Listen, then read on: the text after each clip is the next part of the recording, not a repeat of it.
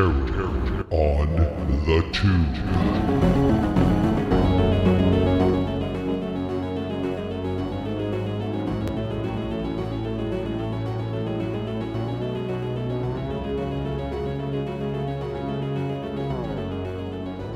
Welcome to Terror on the Tube, where we watch and discuss horror and suspense made for TV movies from the 70s, 80s, and at least twice the 1990s. I am Gilman Joel, and my co-hosts are Pumpkinhead Peter. This guy. Yep. Hi. And the horror unicorn, joined by the one and only Dr. Ooh, a.k.a. the killer from the movie we're covering. There. Got to get the point again. Oh, that was a rawr. I love it when Peter freezes like that on those moments. Yeah, Still freezing? it's great. Oh, No, why yeah. is it still freezing? I don't know. I don't understand it. Peter, I don't know what to tell you, buddy. But we are here doing Terror on the Tube, and that's what matters. I don't And wanna we do are this. talking about Deadly Messages, a TV movie from 1985. Now, we've done Deadly Lessons, right? Yes. That was the one with the... who was in Girls' that one? School with Girls' School. Diane Franklin. That's it. Yes. Yes. Ali Sheedy. Ali Sheedy. That was what I was thinking. I was going to say, was Ali Sheedy in that? Then I couldn't remember. I had that And figure out. I can't remember that. the girl that was in Jason Lives. And Days of Our Lives. It was basically a parade of And, adorable 80s actresses. I Yeah. don't know if I watched that one. Yeah. Wasn't That one the- was, I won't say whether I liked this one better than that one. That one was okay. Bill Paxton was a very young Bill Oh, right. Paxton. Yes. You like Yeah, that one. was Oh, I did Yeah. watch Yep. that one. That's all you remember. You're like, That's Bill what you Paxton liked was it. That's there. all you need. I mean, young Bill Paxton. You know, No, I it's don't see exciting. That I often. It's fun. agree. Yes, indeed. But we are covering Deadly Messages. Peter. Hang on. Peter. Yeah. Yes. do you happen? I'm trying to bring up my banners and delaying time here. Oh, yeah. I love this summary, actually, of it, because it's not accurate. Those are my favorite. Surprise? Okay, so this one, it was originally aired on ABC on Thursday, February 21st in 1985. So we got that out of the way. Laura Daniels, single, and bored, finds new interest in life when she discovers an old Ouija board. Wait, discover it? It appears, however, that the object's previous owner was murdered, and messages from beyond warn Laura that she may be next. Incorrect. Let's they didn't address want that one spoilers. there. Incorrect. They were Everything is going basically spoiler wrong. free. Yeah. Yes. Spoiler Yeah. free by lying. That's a Not good way to single go. and not bored, and she does not find new interest in life. What the? I mean, they're not married. No. No. The brain surgeon hasn't had his way yet. Yes. Yeah. It was an uncomfortable scene for me. Yeah, the whole movie has very interesting and odd moments. One of my sons said, he's like, I think I dig this movie because you just had like the most random weird crap. Like she works at a Yes. video dating service, Right. and we'll have to get into the thermal pizza box, which I feel like Right. if that was a real technology, I feel like we would have it today. Yeah. I was Well, like, you mean cardboard? Mhm. did you guys get the feeling that this was like, I don't know if they were trying for a horror comedy? Like it has slasher vibes, yeah. but it also has so many moments of just straight up Yeah. goofy, Yes. weird Yes. I read stuff. that. And Let's it's see. kind of works and kind of doesn't at the same time, but I appreciated the attempt. Well, the same year, so I'm sure we'll get into the behind the scenes here. Yeah, tonight, look, but Jack Just Bender. address that. And Go ahead, Kathleen Beller said this movie differed from her earlier thrillers, Are You in the House Alone or No Place to Hide, which you haven't covered yet, by not taking itself too seriously, which No. kind of fits. 'Cause it really does. And also, Well- the director, Jack Bender, he directed the same year, The Midnight Hour, that TV movie. We watched I that did on too. Halloween night Yeah, this year I- while we I were love that passing movie out too. candy. And that has a similar tongue-in-cheek, fun, Right. kind of over. And I I'm not love gonna, that movie. all right, cards on the table. I actually really dug this movie. This one?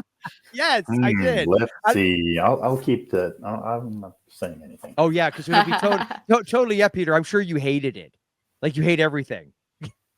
God damn it. It's gotten to the point where I'm so see-through. It's okay. ridiculous. The best part is we know you're not being a shill for these 45-year-old TV movies. That's the best part, Peter. So let's get it out of the way. I really, really dug this one. Yeah, and it's It was because so of that much fun weird, watching. goofy, like over the It's top. goofy. Yeah, but it's entertaining. It is shockingly entertaining. Also, it's not like overtly stated, but it's at Christmas time. So Yes, you know, it is a as we sit in It's our an house undercover that's Christmas movie. still decorated for Halloween because we're recording in November, and Yeah. I don't put up Christmas until after Thanksgiving. But by the time this comes out, people will be thoroughly immersed if they aren't already in the holiday season, and there's a lot of really nice shots of cute Christmas trees. Yep. I don't know. I kind of like that. I was like, oh, But they don't really look at talk that one. about it. It's no, just, it's just No. there. No, It's like- it's one of the Or things like where it's the just the store window where they had the little animatronic deer and the bears Yes. on the ladder. I love that stuff. yeah. Oh yeah. Oh, yeah. Here's the point. They don't talk about it because you don't go around pointing stuff out when you're out in your regular life. Oh, look. Right, Christmas tree. right. But Oh, people deer. do in movies, which is really annoying. So this Yeah. is just like, okay, this is at Christmas time. Yes. Yeah. And just happens to be. Yeah, unless you're going out and like looking at Christmas lights as a family or something, you're not going to sit there But you and every still time you wouldn't pass go. something, be Yeah, like, you still "Oh, wouldn't that's right, go, it's Christmas." "Oh, look, well, and we lights." won't. We're not there yet. But I have to say, there's an older couple at the end that are named the Clarks, and I was like, Clark's Cozy Cottage. am I looking into a Mhm. crystal ball? Is this our future? Because they're Kinda watching. had a They thought. have an adorable little like motor lodge out in the middle of nowhere, you and know- then they're watching horror movies. Yep. with You know Vincent what movie Price they're and eating watching? and the Love popcorn. Boat. Yeah, and the You Love know, Boat. yeah, do you know what movie they're watching? What was it? What was it? I thought I recognized it. The Tingler. Oh, it was Nice. Okay. Yeah, Oh, yeah. I don't I think thought it was the William plot take Castle. on, but It looked like a was William the Tingler. Castle movie. Yeah. Yeah. Yeah, Mhm. and also they had taxidermy. So it's like Yep. it's cute and quaint, but like kind of that weird, cool oddities Black vibe. velvet paintings. Yeah, I you go. mean, Oh they yeah. didn't have nearly as much stuff on the walls, but I was like, this I feel a little bit It's called you out by two. these people. It's you two in your later years. You decided to go minimalist, so it's slightly less. Not But gonna happen. But- Minimalist is still a lot of stuff on the walls exactly. for us. Well, we joke about we'd like to. I mean, kind of joke, half serious. Like we'd like to have not a motel, but a roadside attraction, like Mhm. to not live close to town, but not in town anymore, and then have a little, I don't know, a little tourist trap. Yeah, You get up in the morning and you have your coffee and you chat I with love people and And Drew dresses up like a mannequin and Mhm. kills people. So it'll come be to great. our mystery shack. You're so pretty. Eh, I Yeah. love that movie. And I don't want to go into it yet because we have to say it towards the end. But don't let me forget about the motel because there was two things about it. One, it reminded me of another movie, a motel in another movie. But also, we have to address would you actually take a bath? Oh, No. yeah, no. The No. whole, Never. Well, the Ew. whole, If you like, scrubbed it ew. first, maybe, but the no. like the beginning of the end, the pre-end scene, like just I was talking about how this is the most unrealistic thing ever. Yeah. Like none of this would be going on. Yeah. I don't know. Why is there She's no all about the discussion? bath, though. Yeah. Catherine Beller's character is always talking about like she doesn't know much, but she knows she likes a good bath. So Right. Yes. I honestly think that was just they were like, Oh, well, it's just fan service. she's like people want to think about her naked in the bathtub, so we're just gonna no, constantly have her taking I've baths. never. That's what I think. I No. mean, Yeah, but then it's weirdly tainted because then you think about her in a motel bathtub and you're like, oh dear God, no. No, No. You know what I wouldn't luminol think and a that. black light reveals about the bedroom? I don't even want I'm to still- think about I'm- the freaking bathtub. I'm still a Kathleen. that Bell wasn't in the even my bathtub, thought, so- but Right. And like the people that run it are seniors. So unless they have staff that they're hiring, it's Oh, like, yeah, when yeah. you're in your 70s, you're not. You're giving Getting it a scrubbing. preliminary clean at Yeah. best. A little Lysol, wipe it down. Yeah. Lysol fixes everything. That's true. It does, actually, to be fair. All right. So then let me start with Dr. Ooh and the horror unicorn who is dressed as a chipmunk or whatever the hell that is. I'm in my flying squirrel No, pajamas. right, that's right, flying squirrel. Sorry, Because- wrong rodent. Because I'm exhausted and I'm not getting dressed today. Fair enough. So, what are your your thoughts in general about Deadly Messages? And did you enjoy it? Did you not enjoy it? You want to go first? Okay. You're the guest. I had not seen it before. I don't know if we went over it yet. I don't remember, but surprise, No, we surprise, didn't. Allison has already seen this one. Oh no, that's right. We Of didn't ask. course, Okay. Yes. Yeah, no, I my first thoughts, because I didn't know she wasn't going to be in the entire movie, was, oh boy, we got knockoff Riff Randall. Yeah. And and that what's her name? Beller she's adorable with short hair. Oh, Kathleen. Oh, Beller. yeah. Yeah, she Yeah, was good super in adorable with short hair. She's an elf person. And Yes. then the killer reminded me of the killer from Slumber Party Massacre. Yes. Yeah. Which means he's a just nondescript dude in a jean jacket. In denim. Yeah, just a guy in denim. And it was a lot of fun. Yeah. A lot of fun. Yeah. A lot of good 80s fun. Yes. Yeah. I And would mall agree with that. sequences. Yes. Yeah. You know, it's much like the Christmas too. And I realize they shot it in the mid 80s. So in fact, we just, not to derail us completely here, but my wife and I just watched Kevin Smith's The 4:30 movie last night, and it was fine.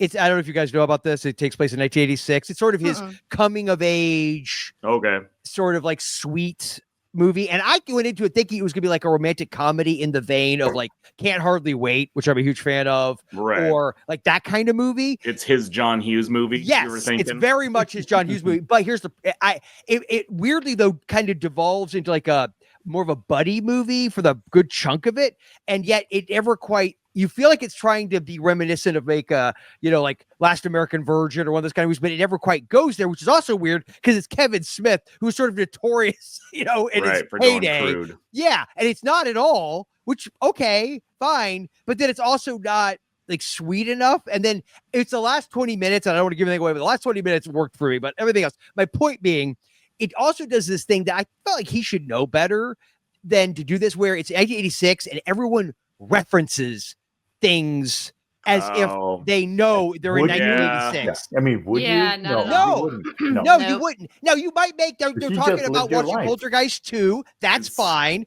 They quote Zelda Rubinstein. I can see something, Right. but then they'll do something like, "What you talking about, Willis?" I'm like, really? It's Okay.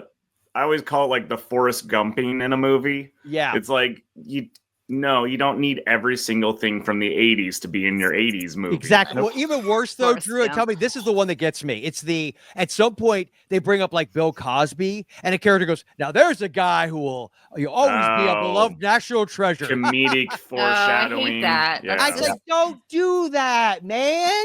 Also, just like all that stuff, like the Christmas in this movie should just be there in Be the there. background. Yes. We're not commenting on it. It's like, no, Exactly. we're shopping. We're It's the walking past the commentary. window. Yes, There's you're the right. tree. Like You're that's right. all you need. Yep. It's the commentary that diluted it for me. It's like, I don't need you to, I don't, because I was only 10 in 86, but I don't Oh and- boy. yeah, Peter, you probably have a much better memory of 86 than I do, assuming yours isn't already gone. Well, That depends. ultimately, I think there's a lot of drinking. that ultimately though, I mean, yeah, you knew what was I want to go see that new movie Aliens. Okay. Right. But you don't have the context to know how iconic Stay Away From Her, You Bitch will become, and No. that you would, you know what I'm saying? Like, I just If you don't. watch the movie, I mean, I will say I did see Back to the Future in the theater in 1985 as a 5-year-old, and I Sure. had sense that it was something huge. Yes. Oh no, Is you it- could feel But it. I'm at the age. yeah. I'm at the age where I watched Aristocats in the theater Wow. and being you are- scared. Well, out of my I don't remember watching it. My mom took me and she said, What was I that like terrified. 7? Was that like 70? Late I think it 70s? was 3. Is it late 70s? I think so. Oh, that was early Late 70s. 70s?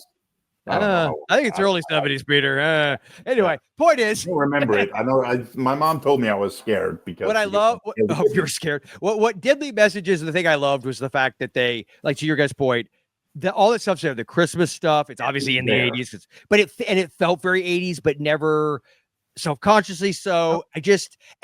always It was had shot this, in the 80s. no pun intended, it had a spirit of this lightness despite the subject matter that was kind of fun. Like we'll get into, I'm sure, the like almost Nancy Drew-esque book series that informs her character, like just these little touches that I really liked. So yeah, it was so interesting. It was like a lot of the choices for the story. I remember the first time I watched this, I was like, I think I went in originally when I saw this a few years ago thinking, oh, it's going to be a spooky Ouija board movie, you know, something like Witchboard, but made for TV level violence. And then it just went places that I was not expecting. I'm like, okay, like what is this story? Did we ever figure out if Witchboard was after this movie? It was. I think it was like 87. 86. So was it a 86, sequel okay. then? Because that was also David, right? Well, I was. You beat me to it, man. I was gonna say. I think Witchboard. No.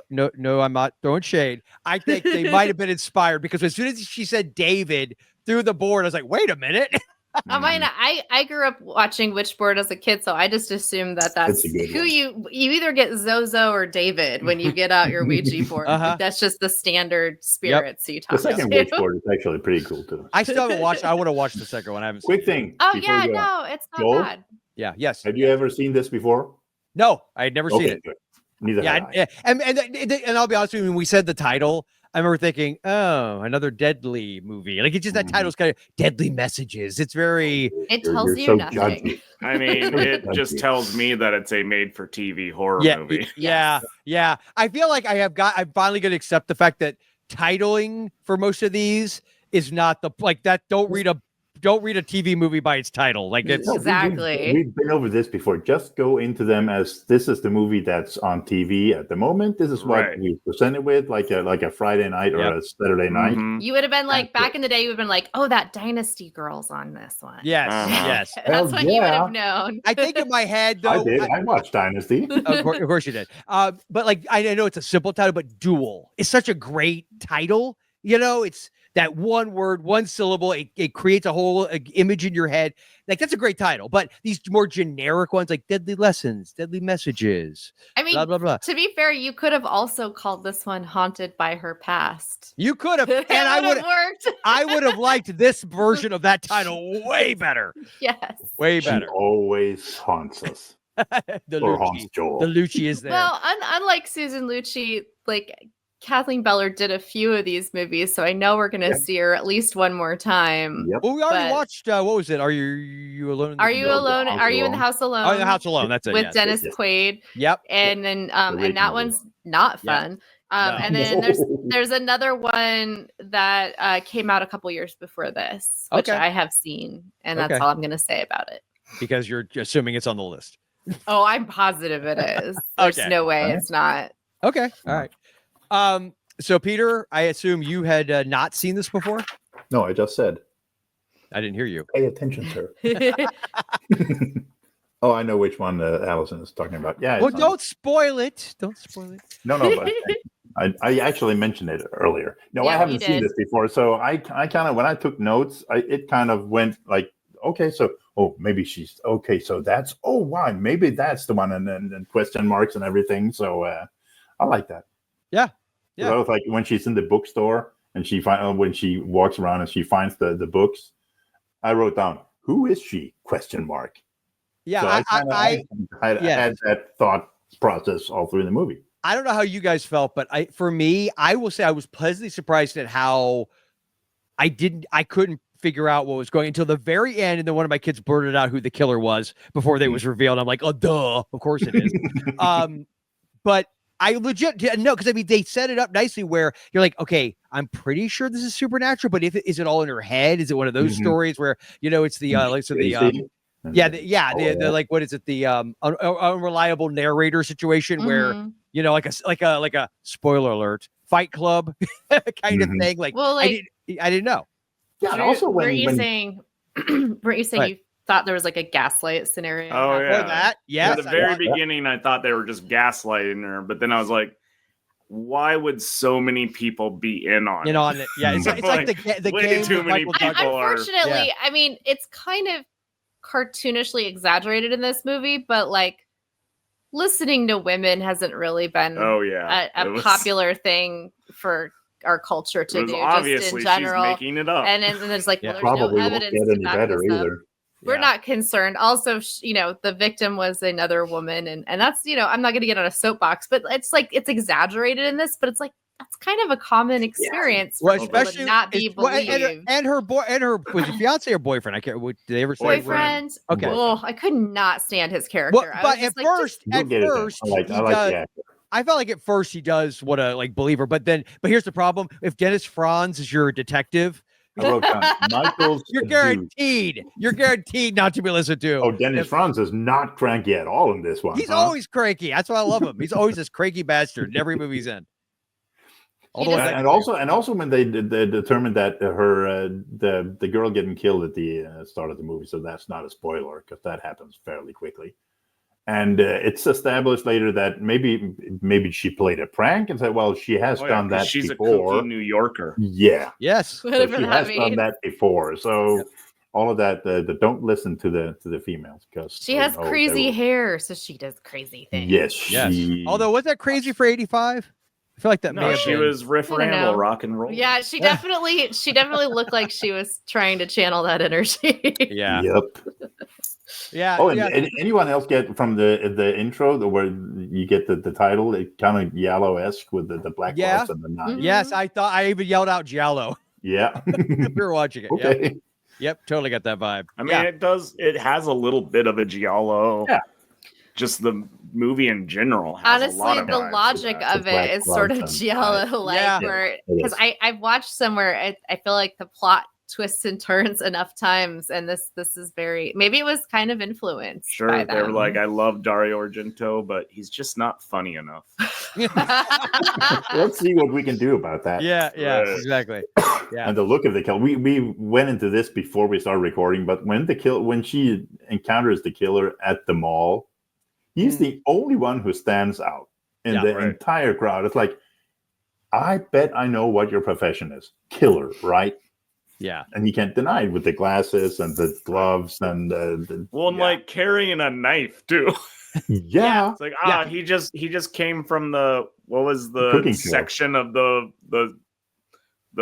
store she was at where she was trying to buy a gun. Oh yeah. She wasn't ready for the gun yet. She was buying a self-defense something. Whistle, like a whistle. But the guy behind the counter was like, well, how much damage do you want to do? Yeah, I know. And I was just like, I love little touches. The mall used to be so much more fun. Yes. It's got those weird little touches in this movie where characters, they like later on with the motel, and we'll get back to the motel, but the motel owner, who, by the way, I think he was a plane trains, automobiles, and a bunch of other stuff. Yeah.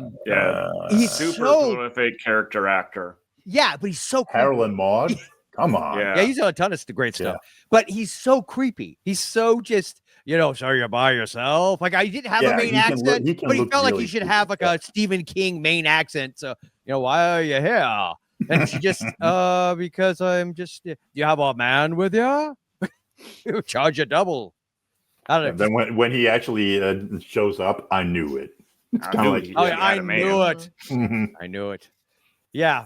But yeah, and then also, I love the fact that it was at the mall, and you totally have just roll in and buy your firearms at the mall. Mm-hmm. And also, I love the guy. It was the 80s. It was the 80s, baby. Well, she made the comment of like, should we buy a machine gun? But in the 80s, you could buy a machine gun. Then I was picturing tiny Kathleen Beller with a machine gun, and it kind of delighted me. I was like, can we see that movie, please? She may not be kidding. She may be like, we should have a machine gun. Yeah. Just in case. Because a regular gun won't do, because this guy's persistent. Mm-hmm. Well, and that's to your point, though, or about the old gaslighting thing earlier. I questioned at some point, was he even real? Like, I didn't know. Mm-hmm. Was it just in her head? Yeah. Was it? He looked like a random police sketch. Like, I feel like I remember growing up seeing photos of what they thought the Unabomber looked like. Yes. Yeah. And it was just. He's right beside you. He's right beside you. Yeah, we need the hood. You gotta throw a hood over your head so you can. Oh, for the Unabomber. Yes, for the Unabomber.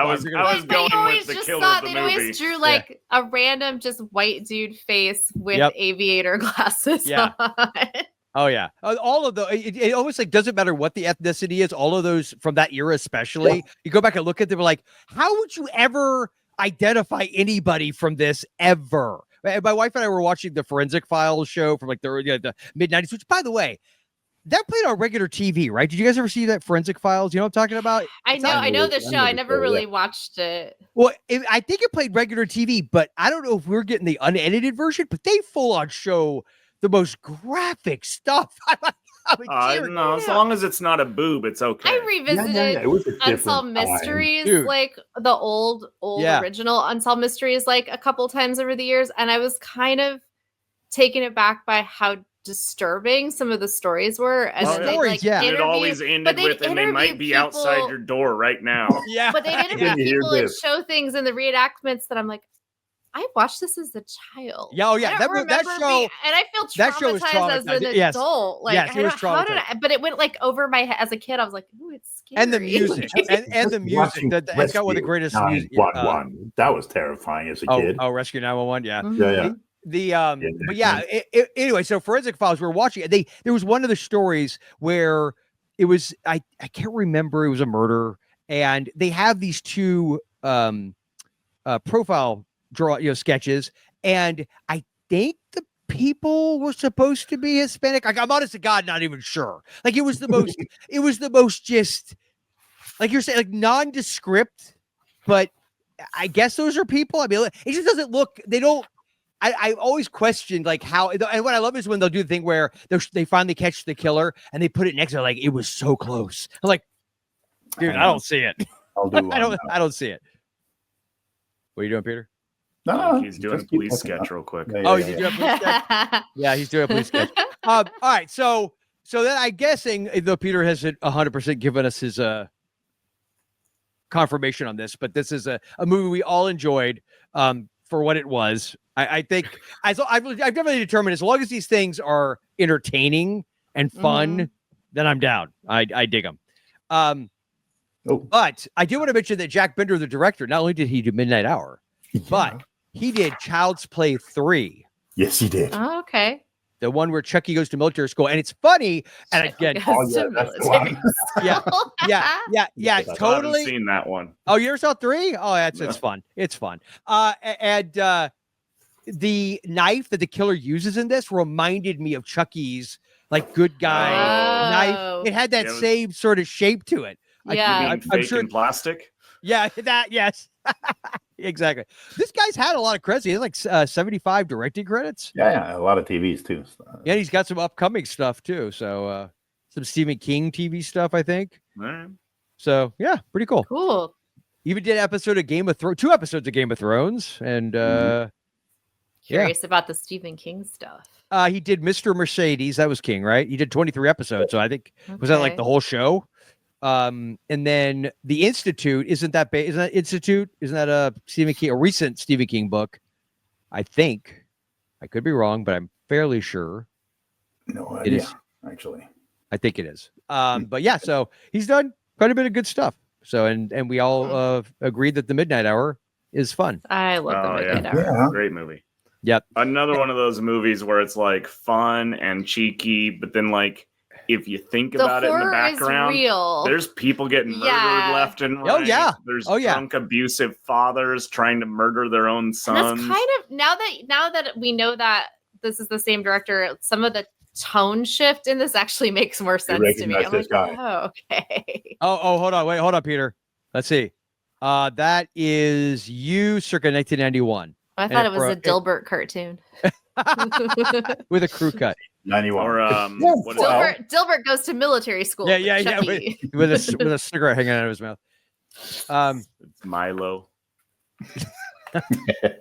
Let's see here. This is the director. This is the writer. Sorry, William. Is it Poltergeist: The Legacy? I love it. The hearse I've heard of. I don't know that I ever saw it. I think she says "ack." Yeah. But yeah. Oh, ack. Well, I hated Kathy cartoons so much as a child. Oh, I remember I didn't like them either. I didn't. Yeah. Not a fan.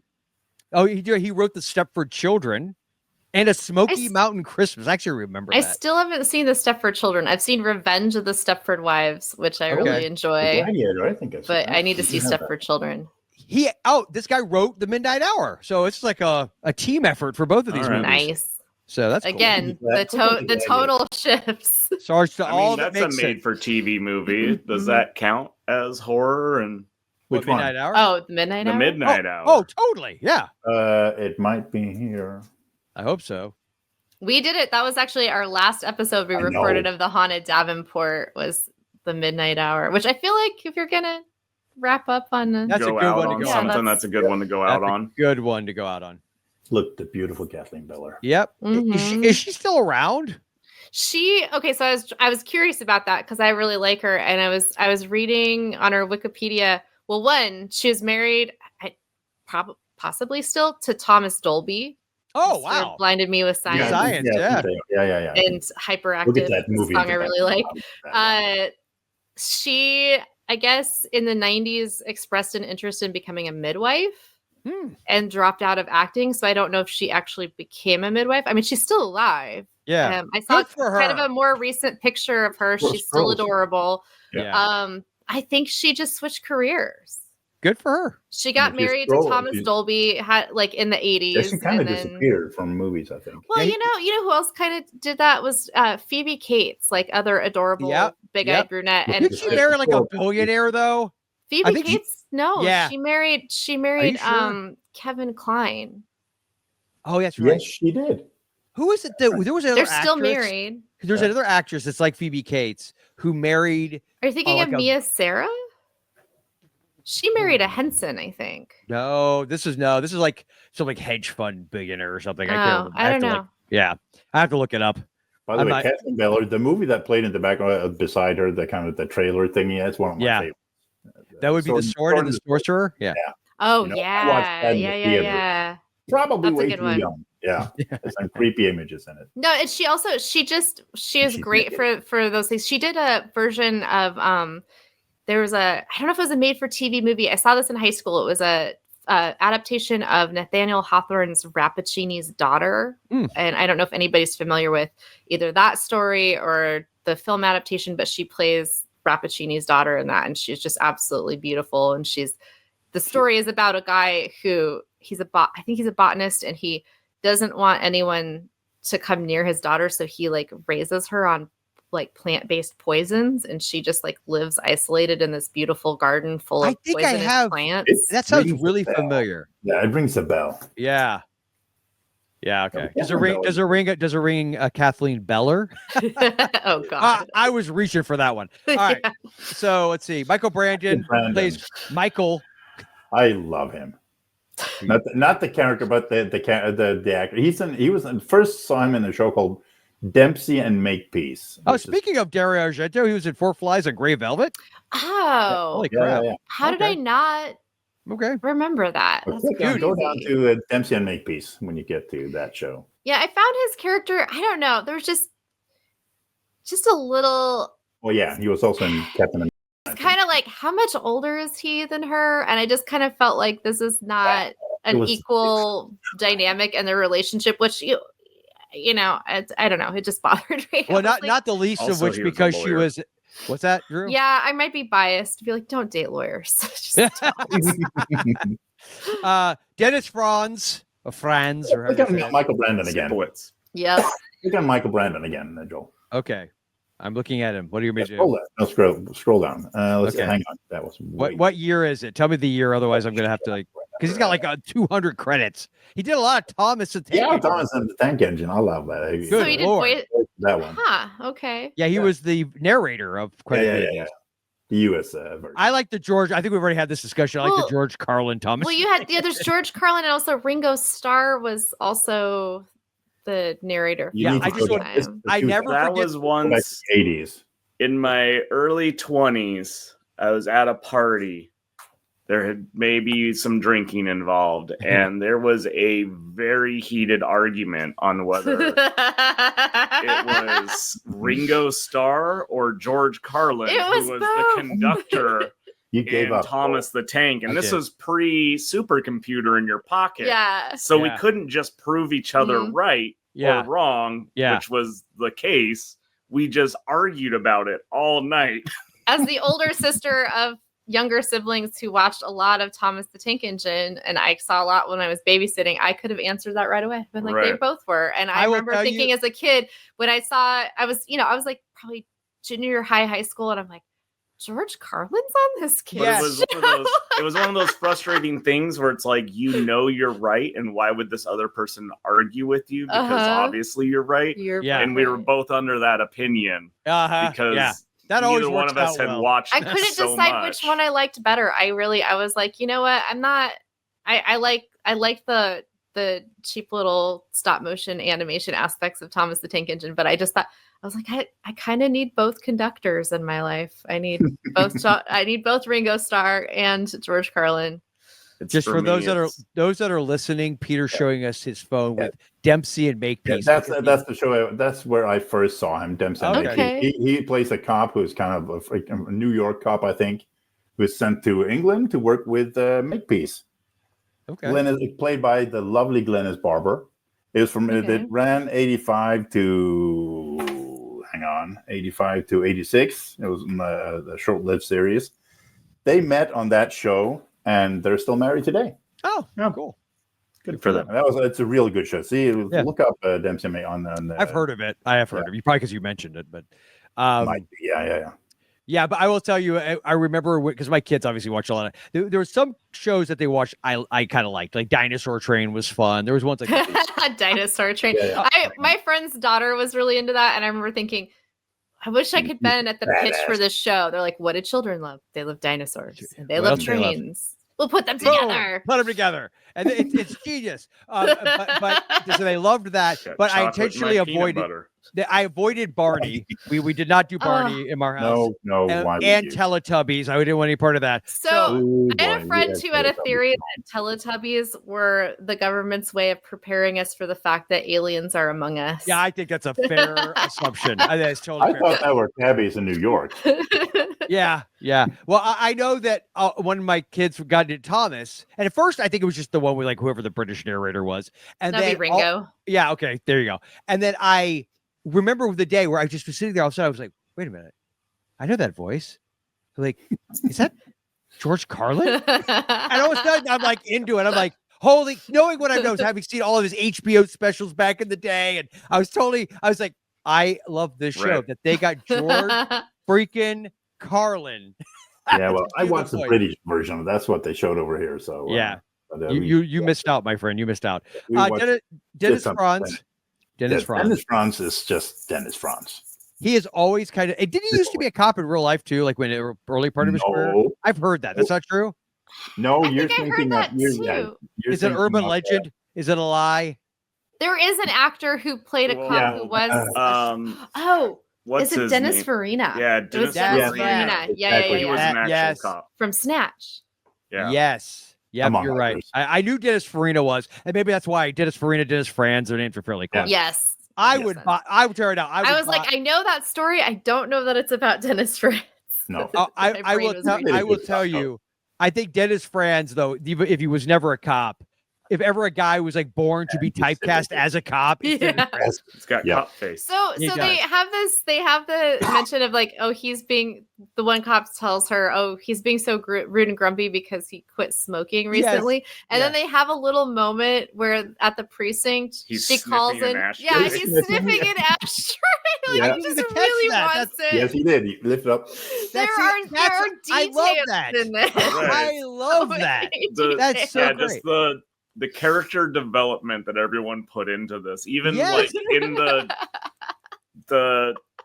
boss from the video dating place, and like, you didn't need these people to be that but fleshed it was out, really good. Like I loved the whole video dating sequence. Yes, that was George Weiner. He's one of those actors that it's Spaceballs. That's probably what he's been in Lives. Both Fletch movies. Yeah, 214 so long since credits. I've seen those. Yeah, 214 credits. So yeah, he's one of those guys you'd recognize. Yeah, this movie was full of and then Kurtwood Smith shows up. Oh yeah. Yep. Who I swear has looked the same age like the whole time. Kind of like how Harry Dean Stanton was just like one age for decades. He was born middle-aged. Yes. Yeah. It's like Steve Martin because he's always had the white hair every time you see him, whether he's 80 or 30. Yeah. But That yeah. And Kurtwood Smith is being like the least hard ass cop. Yes, Yeah, it was hilarious. It was Right. just funny. I love him as so out of Clarence character Boddicker. for him because it was early in his career, so Yep.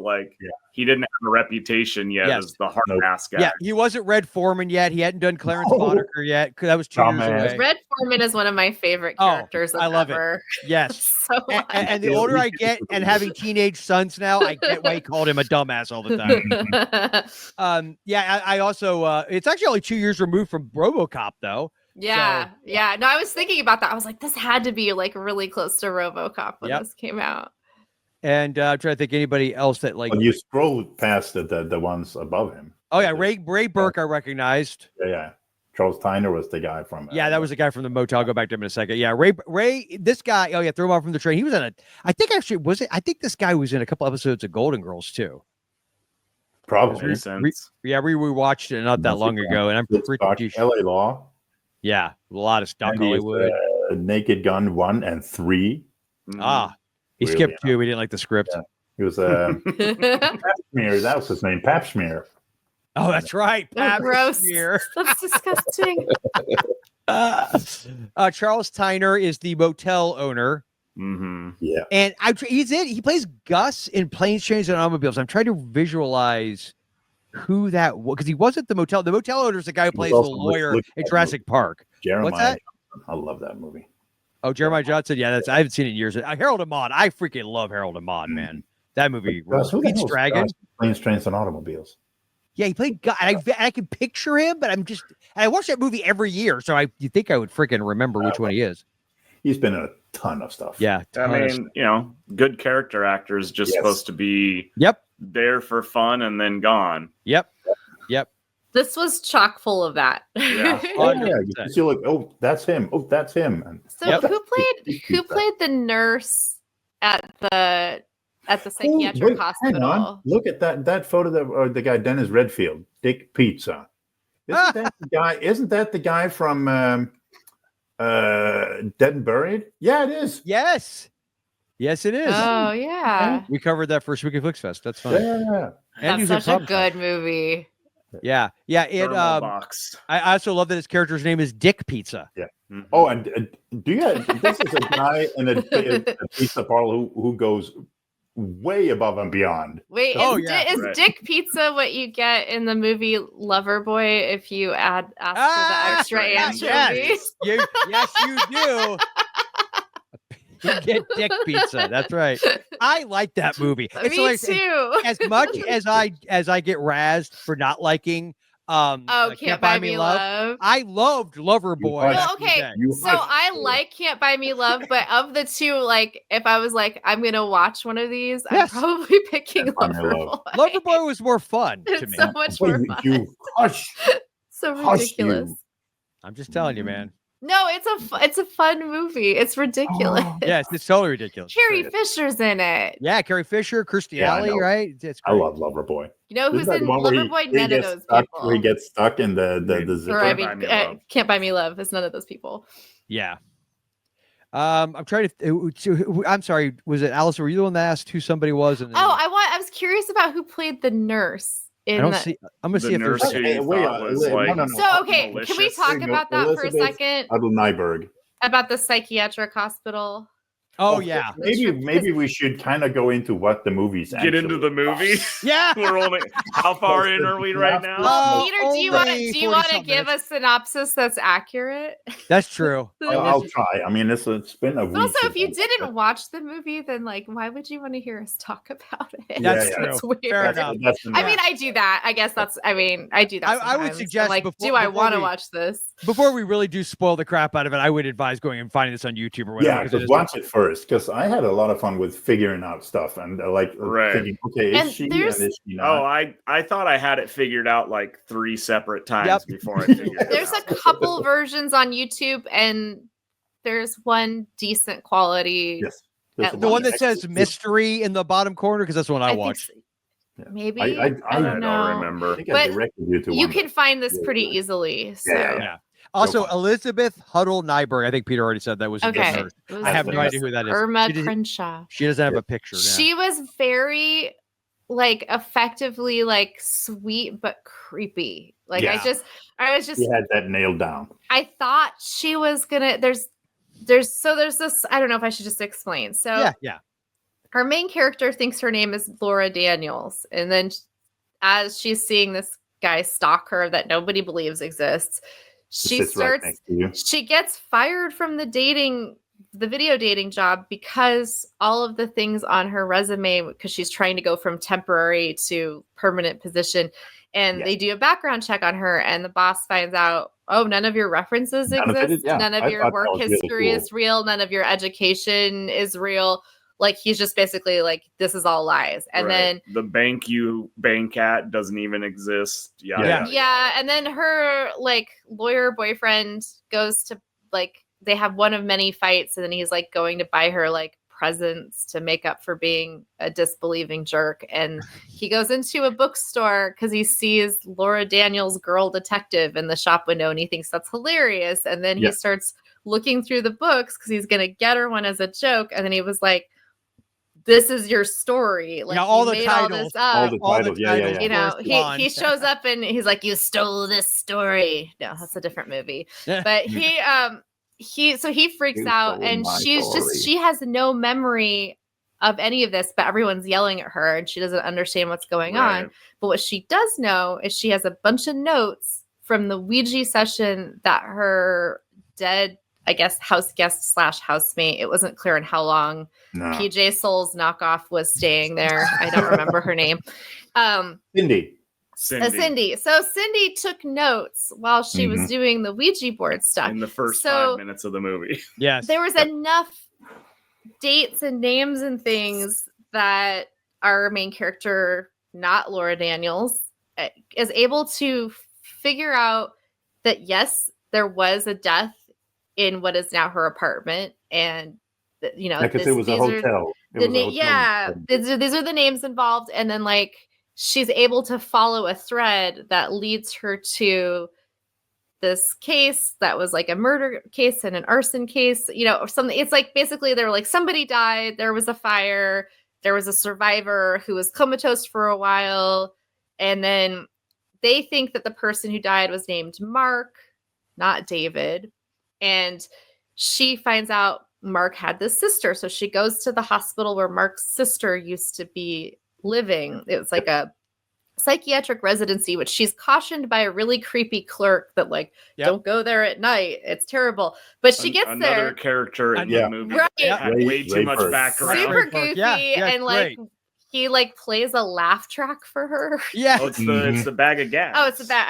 I think I was looking Bag at of them. gas. Anyway, he kind of gets because it goes on forever, and he kind of tries to hide it and play it he's up. trying to impress this way too hot for him woman that by making fun of the mentally ill. Yes. Good job. Always So a good thing, she goes to the hospital, which looks actually very posh and warm and inviting. Yeah. On the outside, there's a water fountain. It's nicely lit. They have a library with a really fun white fake Christmas tree that I was super into. But anyway, she talks to this nurse, and the nurse is like, oh, like, because an orderly grabs her from behind. It's like, I told you I'd get her. And so you're like, okay, this is going to be like that Twilight Zone where the mannequin is going back to the store not knowing she's a mannequin. Like Laura Daniels is a psych patient. She didn't know. And so you see it kind of coming. But like, I feel like the whole time I'm thinking they're going to incarcerate her. Like, she went back there and now she's going to be trapped, which is not what happens. But the nurse, who's trying to be warm and friendly and it seems kind of ditzy, also was just like, she's like, drink your tea. And I'm like, what's in that tea? What is going on? The first time I watched this, I thought they were going to drug her and she was going to wake up in a padded cell. And that's not what happens. They're just like, oh, you were about to be released. And it turns out she ran away because the guy attacked her. The killer showed up to attack her because, lo and behold, they wrote an article about her amnesia and her recovered memories and how she was on the road to full recovery. So then the killer reads this article, knows where she is, and knows that she's about to remember what went down, and he comes after her. Yeah, right. They also we learn throughout the story that she's been administered a bunch of electroshock therapy, which, if you know anything about in actuality, as a treatment, one of the side effects of electroshock therapy can be extreme memory loss. Not as extreme as her case, and they don't attribute it in this story. They just say, oh, well, you were in a coma and then you were blocking your memories because you were traumatized, so they shocked her or whatever. But yeah, that's I studied psychology for a while before I decided that was not for me in college. And I remember vividly watching a film explaining about shock therapy as a treatment, and a doctor looks at the camera dead in the eyes. This is the late 90s, early 2000s, and said, well, we don't really know why it works, but we know that it works for extreme depression and, behavioral issues and stuff. And they had this case study of this violinist who had extreme depression, medication, all these things were not helping him. So he got relief from the shock therapy, which over the years they learned they had to do a bunch of things to make it a more humane treatment so that your whole body isn't being jolted and you're being traumatized. Yeah, like they have to breaking bones from the they have to tranquilize people and do all these things to keep you, basically sedate you so that you're not really fully experiencing it. And it can be helpful in cases, but he ended up forgetting how to play the violin, and that was his career. He was a concert violinist. And he couldn't remember how to play. And then he got depressed because he couldn't do what he loved anymore. Well, and so it was just this more shock therapy then. Right. Well, like it didn't cause I don't think it disabled him for life, but there's definitely it's like, how close is this to lobotomizing someone? We don't know. Like you're just jolting the brain. Yeah. And so this character, like they keep saying, well, she has evidence, meaning there's damage to her brain that a neurosurgeon can look at on a scan and be like, I can tell you had ETC. Like, well, how can you tell exactly? That's really scary. And so that's like a weird subplot. Like these nice people shocked the heck out of this poor woman. She doesn't remember who she is, but she liked this girl detective series. So she became that person when she escaped. When she regressed again. And that is, we learn her real name is Jennifer, and I don't remember the last name. Yeah. She's Laura Daniels' girl detective. She's the sister that she's looking for, which is when I finally figured it out, because when she started going up, I'm like, oh, she's looking for herself. Yeah. And then I made a comment about how we're all looking for ourselves. Yeah. It's very deep. It's very deep. Right? Yeah. I was thinking about that when she gets to the nurse. She's genuinely nice to her and everything, but in the back of your head, you're still thinking, well, you shocked her. Right. You still administered. But she asked for it, maybe, we don't know. We just don't know. There is, when they get to Clark's cozy cottages, which we alluded to but never actually talked about. Oh, right. Yeah. The old man that owns Mr. Clark. Mr. Clark. He's like, oh yeah, was it his brother or his cousin? His brother-in-law. My brother-in-law. They just give him a couple good zaps and he's all good now. Yeah. What is it? What did he say their tagline was? Do you remember? There was like some tagline that he says, you know what they say up there? They're better living through electricity. That's it. There you go. Yes. Yeah. Which is riffing on the better living through chemicals, which,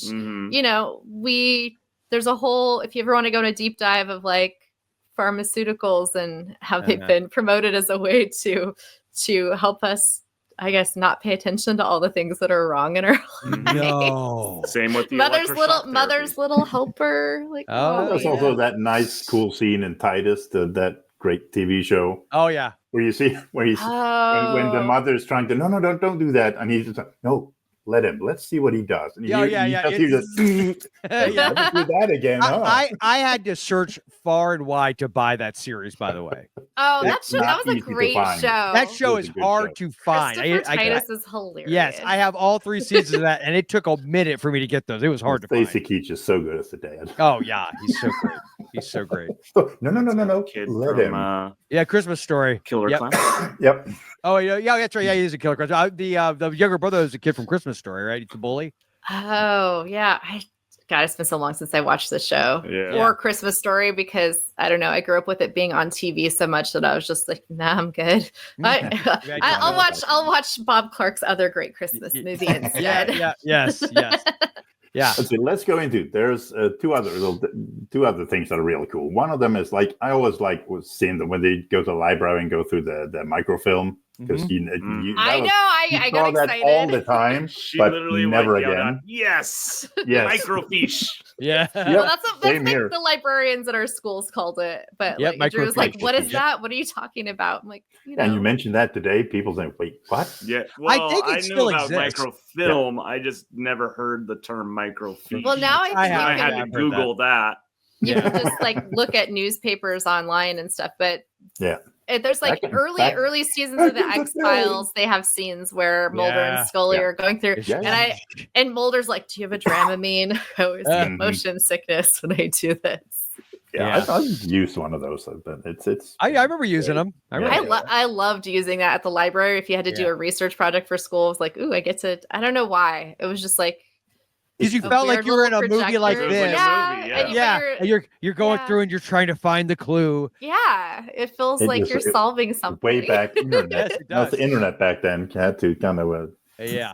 And it became a cliche for a while that now no longer exists because a modern day character, unless you're doing a movie about a different era, you would have no reason to have. But how visually you don't see it that often either. Actually, I'm looking on the internet for it just doesn't. It doesn't feel the same when they use the generic made up version of Google because they don't want to. The modern day equivalent is like. It's like exactly. You there can't like slam down a phone in anger anymore. You know, it's like the research scene isn't as impressive. There's just a lot of things about our increased. That's why every movie should be. Every movie from here on out should only be set like pre-2000. That way we get microfiche, we get maybe a flip phone or a pager. That's a level of technology I can deal with. Oh, the phones with the flimsy antennas you had to pull up. Oh yeah, it broke. And then you eventually had to like glue them down so they wouldn't keep flopping around. Yeah. Exactly. Well, they're making smartphones now that fold like an old school phone because I guess people miss that, and I just think that's gonna break so easily. Like that's just that's the idea. That way you have to buy another one. Exactly. Yes. No, it's cool. Honey talks. We could just throw all that away. We're not strip mining for those materials using children. It's fine. I wrote down totally fine. Another everything is fine. Swimming pool. What's that? Oh, that's another note I wrote. Swimming pool because that is kind of because that's your favorite scene. Yes, it was. It was his favorite scene. Yes, it was. I mean, in a bikini. Hello. Yeah. Well, and there was quite a few fan service scenes. Yeah. Like the massage. She had a built-in fan base in the 80s, like for sure. There were a lot of people that knew who she was, and hello, beautiful, yes. And so the fan, like, so you gotta have her keep also talking about taking vibes. a bath all the time. In a massage. Theatrical slasher or a direct-to-video slasher, you would get full-on nudity, and I feel like this movie is trying to be like a slasher / giallo, so it's like the hint of skin is happening throughout. And also, I like a classic pool attack scene. I don't know what it is, and you see it all the time. It's vulnerable. It's about as cliche as the microfilm scene, but I'm here for it. The killer had the same outfit when he walked through the pool house. He didn't change at all. That was his uniform. Yep. Exactly. Yep. Like Drew said, he's the killer from Slumber Party Massacre. Yeah. The killer uniform. Yep. So no, I like that. Well, it was a good scene. It was tense enough for this. Yes, I will say to unless you guys have something else we didn't address. I do enjoy this movie quite a bit. Michael's a douche. We already covered that. Else? Yeah. What else? Playing with a Ouija board alone, smart move. Thank you. Yep, I do love that there is a supernatural element to this movie. They don't play it away. Like, you know what I mean? They didn't do the or they forget that it happened. And they talk about it. Like, I like that they talk about it. They're like, but what about this? And what about that? Like, they didn't leave it hanging. Because we were thinking that. We were like, well, but this doesn't make sense. And this because they talk about that at the police. It's very much supernatural, you know, and it's just in the background every once in a while, and everyone's like, "Well, obviously the Ouija board isn't real." Yeah, and then at the very end, they're still like, "Well, obviously the Ouija board isn't real. It's all your subconscious just coming out, yada yada yada." And they're like, but wait a minute, how did Cindy, aka Rick Randall, too? Like, how did she get that information in the beginning? They can't ask her because she's dead in a trunk. Well, they could ask her through the Ouija board. Oh, that's Cindy, true. Where's your body? What happened? No, so they still kind of address that at the when they're at the cop's office and they're talking about it. They still address, but how did that? And then we see the Ouija board at the end.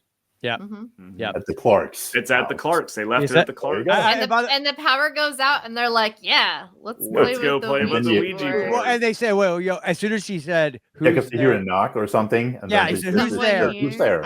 Is there somebody here?" I think. Yeah. As soon as it happened, I said to my kid, "That planchette is going right to yes. Woof. Mark my words."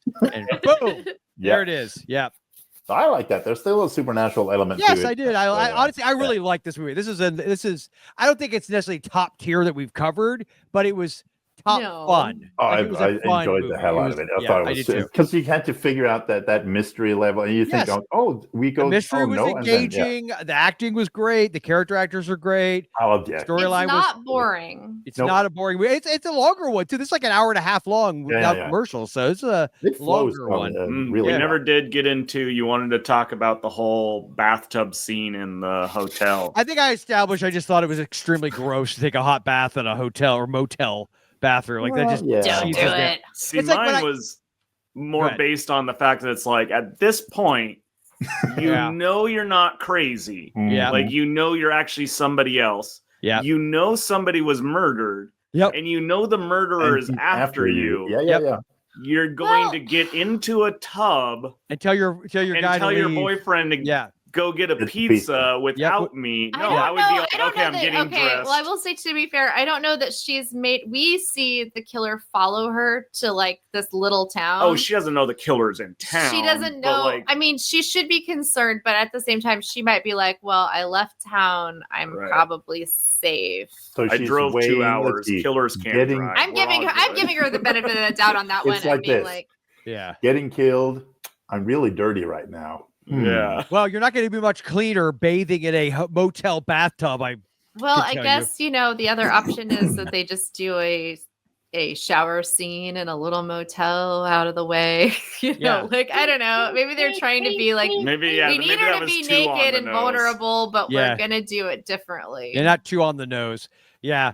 You should have done a switcheroo. Michael, what was it? Michael goes in the bath and she goes for the pizza. There you go. There you go. And keeps touching the thermal box that doesn't exist. It's so hot. Yes. We didn't really get into that. The pizza guy hands him. He goes, "Well, this is our new pizza." Dick Pizza says. That's his name. Yeah, it is.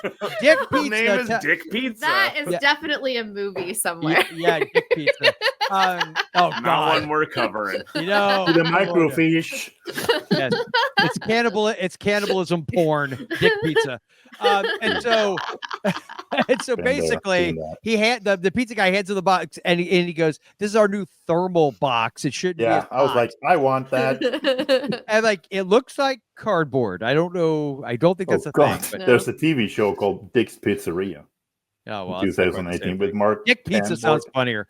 And last thing, did you guys catch darling when she runs up to the motel owner's like room or whatever, she's banging on it? Did you notice she shorted out the Christmas lights? Oh yeah, I totally did. Yeah. I think it was totally an accident. You can tell her reaction, but they just went with it. And you know what? She's a pro. She didn't break character. She just kept it going. And they kept it in, which I liked. I like that because it added something. Again, that's the thing about this movie. These little accident or not, they're just little like the ashtray smelling and stuff. Yeah, I know. You kind of thermal boxes from Dick Pizza. I think the details and the care they took bump up what's kind of. I feel like if you just took the story on face value, it's kind of eye rolling. You're like, whatever.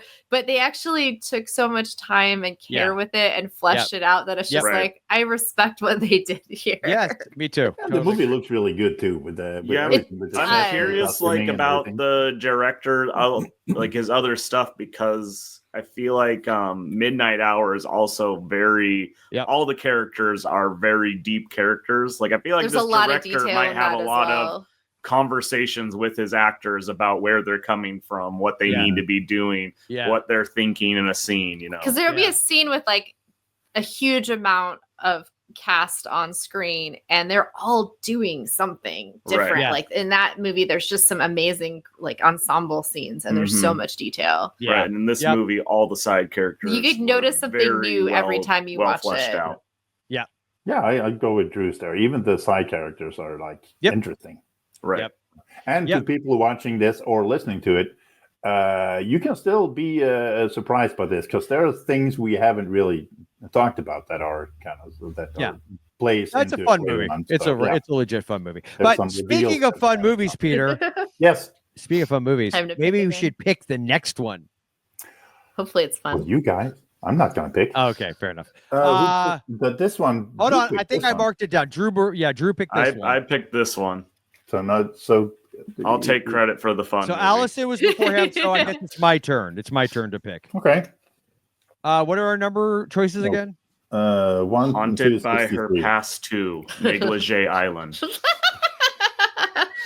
I wish. God, I Susan hope- Lucci plays every character. No. It's Susan watch that. Lucci works in a negligee store. No. With a mirror somewhere. My knee-jerk reaction was to say 1. So let's do 1. Oh, do it. okay. Damn. Hang on. Let's see what that is. Okay, we're staying in the 80s. We jump up to 87. Beethoven. What was it called? Oh, okay. I'll come back for this one. All right, what is it called? I mean, are you invited? We should check. No, Drew has an open Yeah. invitation. Drew has seen this Beethoven. one Doesn't before. it have another so- name too? Real quick, Peter, I don't know if you can hear me or not. I can't hear what you said for the title. Bay Coven. Coven. Bay- 1987. As in Doesn't like it have another or like title, too? Coven. Coven? Yes, Coven? yes. I mean, I like believe it's Bay pronounced Coven. I love that. By the way, I got Mark Borchardt, who did Coven, to autograph a VHS copy of it and send it to me. He was You so know what I nice. think the best movie title ever was one of the ones he did called "The More the Scarier." Yes. Like that is awesome. Yes. I love it so much. American Movie is probably my overall favorite documentary. I love that movie so freaking much. Oh, it's so great. So Beethoven, Beethoven. Mhm. Actually, it has multiple Like titles Evan. apparently. Oh, does it? What 87? are some of the other titles? I only know that one. All right. Cove. Original title Bay Coven. It was changed to the name of the title location, Bay Cove, which is a better title. Yeah. I'm not gonna lie. I'm a little nervous because I think this is the same year they gave us Haunted by Her Past. So Oh, stop it! I can tell you with certainty Ooh. that It is Susan not. Ooh, Lucci look is at that. not in this, Okay. nor is Nope. any other soap actor, I believe. Okay. Okay. But there's somebody you will recognize. Okay. I know. Actually, nothing two about yeah. somebodies. But But drop it. Yeah.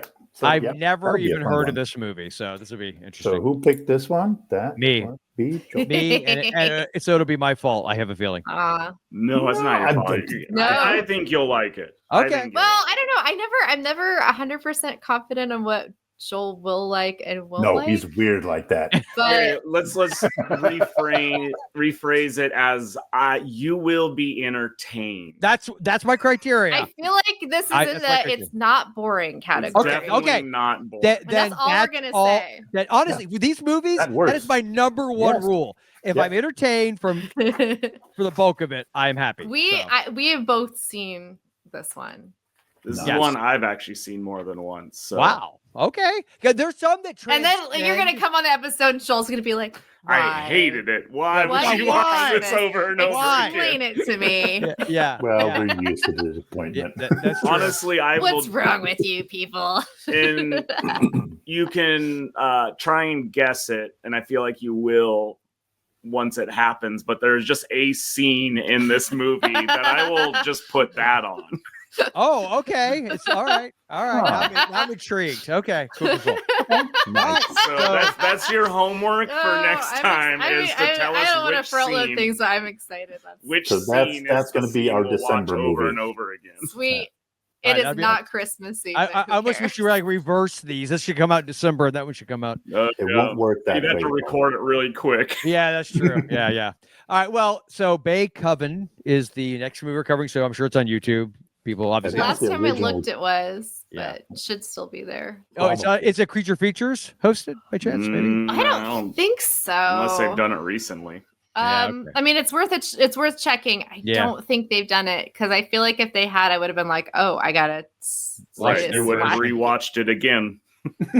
Yep. All right, cool. I'm looking forward We'll to talk about why. All right, cool.